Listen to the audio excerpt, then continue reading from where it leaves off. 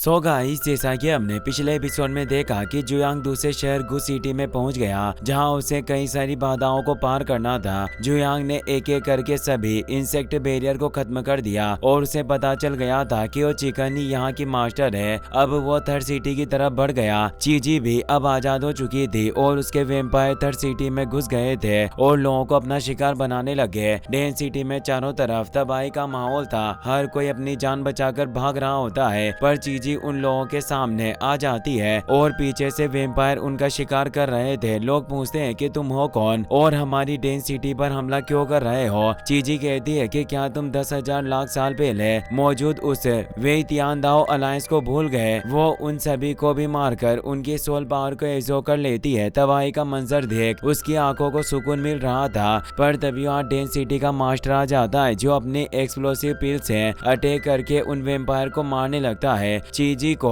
काफी गुस्सा आता है। डेन सिटी मास्टर कहता है कि तुम्हारी हिम्मत कैसे हुई मेरी डेन लॉन्ग सिटी के लोगों को मारने की। उसका नाम डेन चेन होता है। चीजी मुस्कुराते हुए कहती है कि क्या तुम मुझे इतनी जल्दी भूल गए, और वो उसे अपना नाम बताती है। डेन चेन हैरान हुआ और वो सोचता है कि ड्रैगन लॉकिंग ए बेस पर 5 स्पिरिचुअल लॉक लगाया था, फिर तुम बचकर बाहर कैसे आ सकती हो। चीजी कहती है कि तुम्हें पता नहीं है, पर किसी ने मेरी पिल फॉर्मेशन को तोड़ने में मदद की और उसे चिढ़ाने लगती है, जिससे डेन चेन को काफी गुस्सा आता है और उस पर हमला करने लग जाता है, पर उसके सभी हमलों से बच रही होती है। डेन चेन कहता है कि तुम्हारी वेइतियानदाओ अलायंस डार्क मोस्टर से बना हुआ है। दरअसल पेलुओ की सोल बॉडी को जिसने रिफाइन किया था वो मास्क मैन वेइतियानदाओ सेक्ट का ही लीडर था और उसने ही एक चाल चली थी ताकि वो ग्रैंड मास्टर को जुयांग के खिलाफ कर सके। चीजी गुस्से में उसे कहती है कि तुम हमें मोस्टर कह रहे हो, पर असली मोस्टर तो तुम लोग हो। वो अपनी अम्ब्रेला को लेने के लिए आगे बढ़ रही थी, पर डेन चेन पिल से अटैक करके उसे दूर कर देता है। अब अम्ब्रेला के दूर होने से उस पर सूरज की रोशनी पड़ने लगी थी, जिससे उसकी बॉडी जल रही थी। वो डरकर जल्दी से एक जगह में छिप जाती है। डेन चेन उसे पकड़ लेता है और पूछता है कि मुझे सच सच बताओ कि तुम उस वैली में मौजूद डिवाइन स्पिरिचुअल की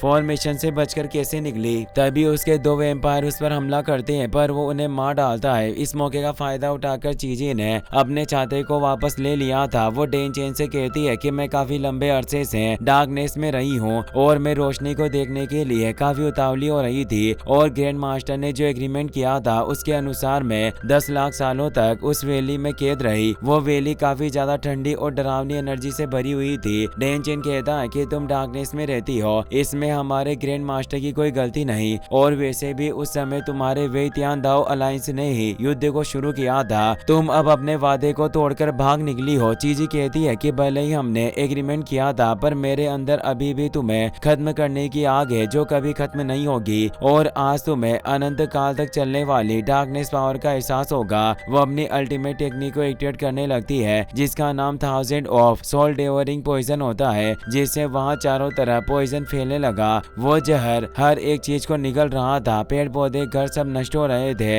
इंसान भी उसकी चपेट में आकर खत्म हो रहे थे, जिससे हर तरफ उदासी और डर की महक थी। बच्चे चिल्ला रहे थे। इससे चीजी को काफी मजा आ रहा था। वो कहती है कि तुम्हारा यह सर्वोच्च डर हमारे वेइतियानदाओ अलायंस के लिए एक अच्छे उपहार की तरह है। डेन चेन कहता है कि आज मैं तुम्हें खत्म करके रहूंगा, चाहे इसमें मेरी जान ही क्यों ना चली जाए, और वो अपने रेन पिल टेक्निक का इस्तेमाल करके चीजी पर पावरफुल अटैक करता है। इससे इतना भयानक विस्फोट हुआ कि इसका असर चारों तरफ दिखाई दे रहा था, पर चीजी का पॉइजन खत्म नहीं हुआ, बल्कि डेन चेन भी इसकी चपेट में आ गया था। चीजी कहती है कि तुम दर्द से जल्दी तड़प कर मारे जाओगे। मुझे तुम्हें मारने के लिए एक फिंगर भी उठाने की जरूरत नहीं है, और क्या तुम अब जानना नहीं चाहते कि हम उस वैली से बाहर निकलकर कैसे आए। तभी वहाँ जुयांग आने लगता है, जिसकी प्योर एनर्जी वहाँ फैल रही थी, जिससे डेन चेन को लगता है कि यह वही है जिसने इसकी मदद की होगी। वो गुस्से में उठते हुए कहता है कि भले तुम जो कोई भी हो, पर आज तुम अपने प्लान में कामयाब नहीं हो पाओगे, और वो अपने पिल फॉर्मेशन को एक्टिवेट करने लगता है और जुयांग पर हमला करता है, पर जुयांग अपने फॉर्मेशन में सेफ था। डेन चेन ने पिल की मदद से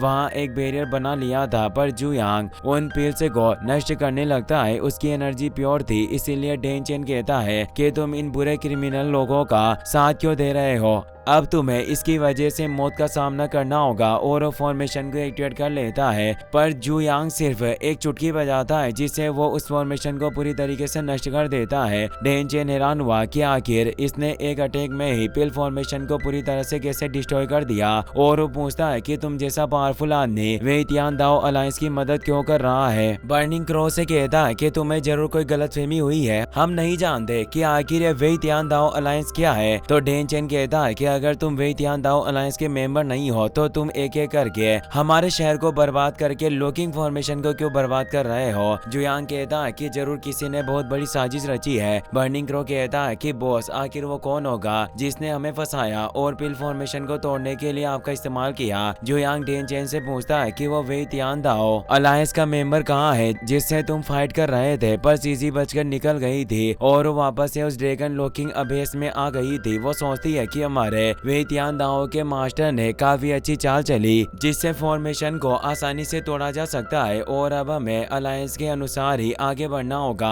पर तभी वो पूरी जगह हिलने लगती है और उसके सारे वेम्पायर डर जाते हैं। जुयांग वहां गया था। बर्निंग क्रो कहता है कि तुम चूहे लोग हमारे साथ चाले चलने की कोशिश कर रहे हो, क्या तुम्हें मौत से डर नहीं लगता। जुयांग चीजी से डायरेक्ट पूछता है कि आखिर तुम किस तरह से मरना चाहती हो, तुमने जो जुर्म किए हैं वो माफी के लायक नहीं। चीजी नाटक करने लगती है। वो गिड़गिड़ाते हुए कहती है कि एंसेस्टर मुझ पर दया दिखाए, मैं आपका फायदा नहीं उठाना चाहती थी, हम सिर्फ आपके कदमों पर चलना चाहते हैं, आपका अनुसरण करना चाहते हैं, इसीलिए हमें माफ कर दे। वो जुयांग की तरफ बढ़ने लगी पर धूप से जल रही थी। उसकी इस चिकनी बातों से बर्निंग क्रो भी उसके झांसे में आ गया और जुयांग से कहता है कि बॉस क्या ये लड़की सच बोल रही है, और वहाँ से जाने लगते हैं। तभी चीजी हंसने लगती है। जुयांग कहता है कि मुझे बेवकूफ बनाना इतना आसान नहीं है और अपने पावर से उस पूरी वैली को ही तोड़ देता है और वहाँ से निकल जाता है। पर चीजी जिंदा बच गई थी और वो बाहर निकल आई। वो कहती है कि मास्टर की भविष्यवाणी बिल्कुल सही थी कि जुयांग यहाँ आएगा, इसीलिए मैंने अपने सोल जेट का इस्तेमाल करके खुद को प्रोटेक्ट कर लिया, पर मैं इस जुयांग से बदला लेकर रहूंगी। इसी के साथ ये एपिसोड यहीं पर खत्म हो जाता है। नेक्स्ट पार्ट जल्दी देखना चाहते हो तो इस वीडियो को लाइक करने के साथ साथ चैनल को सब्सक्राइब जरूर कर लें। Thanks for watching.